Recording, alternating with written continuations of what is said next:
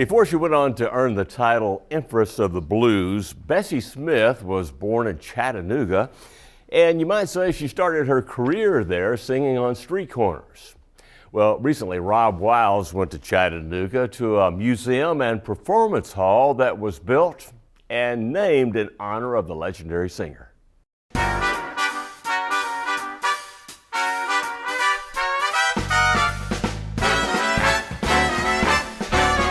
The 1920s roared.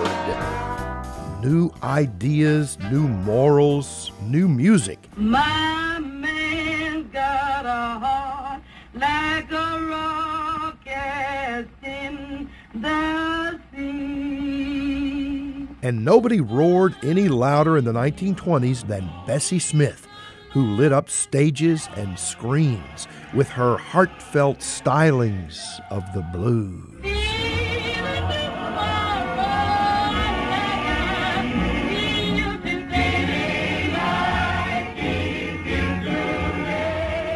It's not surprising that Bessie Smith, that cultural icon of the 1920s, has a cultural center named for her. And it makes perfect sense. That center is in Chattanooga, according to Rose Martin, who's president of the Bessie Smith Cultural Center. Bessie Smith was born here in Chattanooga at a very early age, at about 9 years old. She was performing on the streets of Chattanooga with her older brother, Clarence, who would play the guitar, and she would sing and do little dances. So she knew at an early age that she wanted to be an entertainer. And she later came into her own as a blues artist and began performing throughout the southeastern United States. Grew into a mega star when she signed with Columbia Records and got with the major record label. Yes, Bessie was unique, as is the center that bears her name, since it combines a museum and a performance space. In the performance hall, we have various arts events. We have performances that we produce ourselves. Other people use the facility for performances, as well as a venue that is used for the community.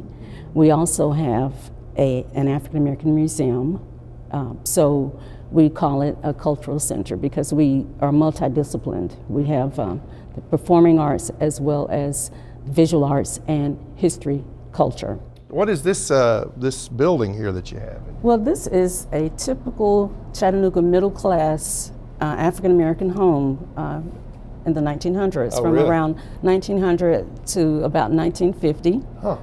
So, of course, you see that we have the quilts, of course. You know, quilting was a tradition in African American culture, passed on from generation to generation. Yep. And we also have family portraits. And we have the porch. The porch was an area where people would gather and socialize. Sure. And spend time together in the neighborhoods.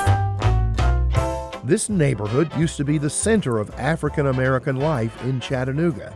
So many aspects of that life are areas covered in the museum part of the center. We have, of course, the permanent collection, which is about African American history in Chattanooga, spanning from the late 1800s up to the present, and it covers the lives of early African Americans, education, politics, sports, entertainment. Is very broad. It's just pretty much of a reflection of the lives of African Americans in all walks of life, and civil rights, of course.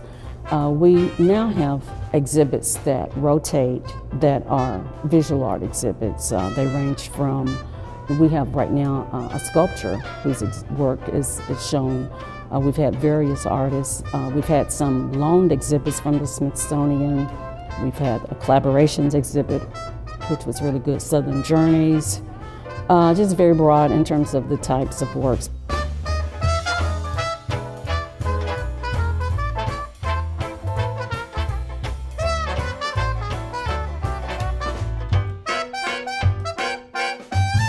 We also have a very strong African art collection, most of which, probably 95% of it, was donated.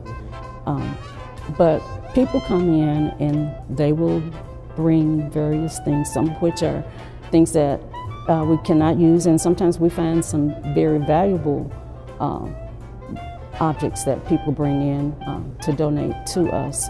So, and sometimes we will actually acquire pieces for the museum. Of course, I think probably more has been donated than actually acquired. All housed here, in a place where history can be seen and even felt. A place as interesting and lively as a 1920s performance by its world-famous namesake, the Bessie Smith Cultural Center in Chattanooga.